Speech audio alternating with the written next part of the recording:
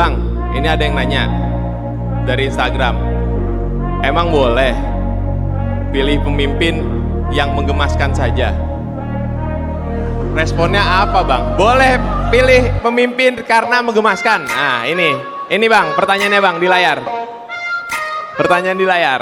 Nah, emang boleh? Silakan. Tanya sini, boleh nggak tuh? Boleh nggak?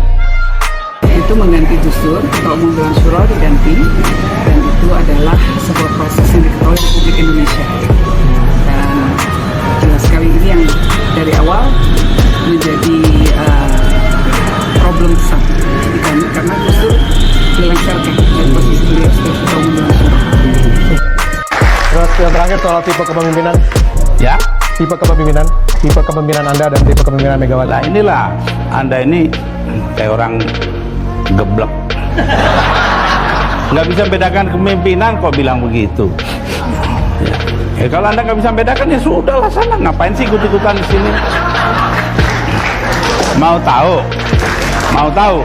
Kepemimpinan saya menghargai kedaulatan hukum. Kepemimpinan Megawati tidak menghargai hukum melainkan penyelesaian politis. Itu sudah dibuktikan dengan melengsarkan saya manggil rapat di rumahnya di Kebagusan. Itu kalau mau tahu.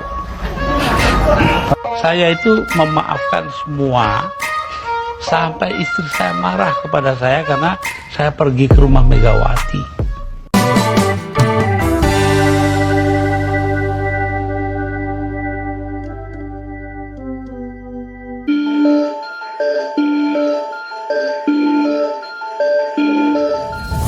Mantap! Sekali bicara, Anies sindir paslon lain plus dirinya sendiri. Apa katanya? Ditulis oleh Widodo SP.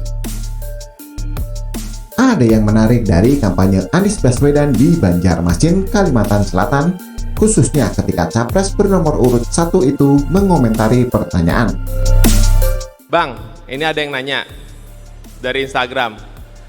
Emang boleh pilih pemimpin yang menggemaskan saja? Responnya apa bang? Boleh pilih pemimpin karena menggemaskan. Nah ini bang, pertanyaannya bang di layar. Pertanyaan di layar. Nah, emang boleh? Jawaban atas pertanyaan yang bisa dibilang ora mutu tersebut malah dijawab ex-Mendikbud yang tidak tuntas menjabat itu dengan menyindir pihak lain sekaligus menampol dirinya sendiri. Apa maksudnya? Dalam kampanye bertajuk Desak Anies yang disiarkan dalam kanal YouTube pribadinya Selasa 5 Desember 2023, juga diberitakan oleh laman kompas.com itu, Anies memang membolehkan sah-sah saja memilih karena gemas, tapi juga menambahkan sedikit saran khas Anies yang tak terduga. Kalau saya boleh menganjurkan, maka saya akan pilih berdasarkan satu, saya nih rekam jejaknya. Dia pernah memimpin tidak? Kalau tidak pernah memimpin, apa yang bisa kita harapkan besok ketika dia dapat tugas? Nih pertanyaan tuh. Yang kedua, dia memimpin dadakan atau memimpin sejak kecil? Apa rekam karyanya? Apa yang dia sudah kerjakan sejak masa kecil? Apa yang dia lakukan ketika muda? Sejak muda dia memikirkan orang banyak atau sejak muda dia memikirkan dirinya sendiri? Kalau saya boleh menganjurkan, maka saya akan memilih berdasarkan satu. Saya nih, rekam jejaknya. Dia pernah memimpin atau tidak? Kalau tidak pernah memimpin, apa yang bisa kita harapkan besok ketika dia dapat tugas? Kata Anies. Kedua, dia memimpin dadakan atau memimpin sejak kecil? Apa rekam karyanya? Apa yang dia sudah kerjakan sejak masa kecil? Apa yang dia lakukan ketika muda? Sejak muda dia memikirkan orang banyak atau sejak muda dia memikirkan dirinya sendiri? Lanjut, sosok yang bagi sebagian masyarakat kita dianggap lekat dengan stigma bapak politik identitas itu. Selanjutnya dengan bahasa khas Anies yang nyundul langit. Para pendengarnya mendengarkan nasihat ajaib ini.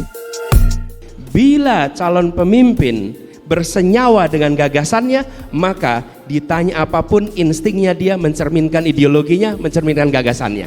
Tapi bila dia tidak bersenyawa dengan gagasannya, maka dia harus membaca teks untuk menjawab pertanyaan dari orang lain. Oke? Ya.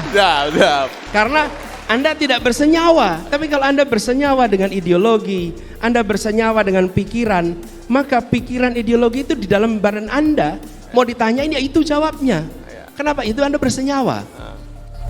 Bila calon pemimpin bersenyawa dengan gagasannya, maka ditanya apapun instingnya, dia mencerminkan ideologinya, mencerminkan gagasannya. Tapi dia tidak bersenyawa dengan gagasannya, maka dia harus membaca teks untuk menjawab pertanyaan dari orang lain. Bagi saya, apa yang disampaikan Anies tampaknya bermaksud menampol kubu sebelah, yaitu 02, yang mengangkat calon yang masih muda dan dianggapnya tidak pernah memimpin. Atau sekalipun pernah memimpin, tapi terbilang dadakan, bukan hasil tempaan proses sejak kecil. Sampai di sini masih cukup oke lah. Meskipun agak berlebihan karena faktanya semua kontestan pernah memimpin secara formal untuk posisi yang cukup lumayan. Cuma ketika Anies bicara soal rekam jejak, saya kok jadi ngakak sendiri karena dia nggak sadar sedang nampol dirinya sendiri. Betul nggak? Apakah dia berharap atau yakin kalau masyarakat lupa dengan rekam jejaknya? Khususnya cara dia naik tahta sebagai gubernur DKI Jakarta, juga caranya memimpin DKI Jakarta yang dibuat amburadul dengan segala kontroversinya itu. Bagaimana dengan rekam jejak perseteruan Caimin dan caranya mengambil alih partai yang sampai hari ini oleh keluarga Gus Dur menjadi catatan minus dan rekam jejak yang kelam? Bagaimana pula dengan rekam jejak Anies yang katanya nggak akan maju Pilpres kalau Prabowo yang maju? Tapi sekarang beda cerita. Bagaimana dengan surat janji manis kepada AHY yang ternyata tak lebih hanya prank jabatan buat anak Pepo SBY itu? Sungguh rekam jejak yang mantap, ya kan? Cuma ya biarkan sajalah Anies bicara seperti itu, karena mungkin dia menyadari tak bisa menyindir kubu lain tanpa menyebut masa lalunya. Meskipun kalau dicermati dengan menyuruh mendengarnya mencermati rekam jejak paslon, maka sebenarnya hal-hal positif yang Anies bicarakan secara tidak langsung sedang mengendorse kubu sebelah. Semoga tidak tepok jidat setelah menyadari hal-hal yang kita bahas kali ini. Begitulah kura-kura. Bulog Gate dan Bulog United tidak didapati kesalahan apa-apa.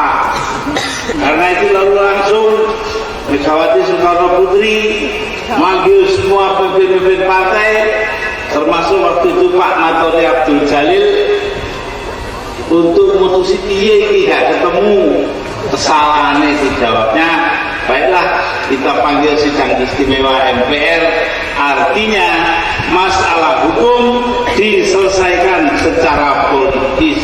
Ini tidak benar.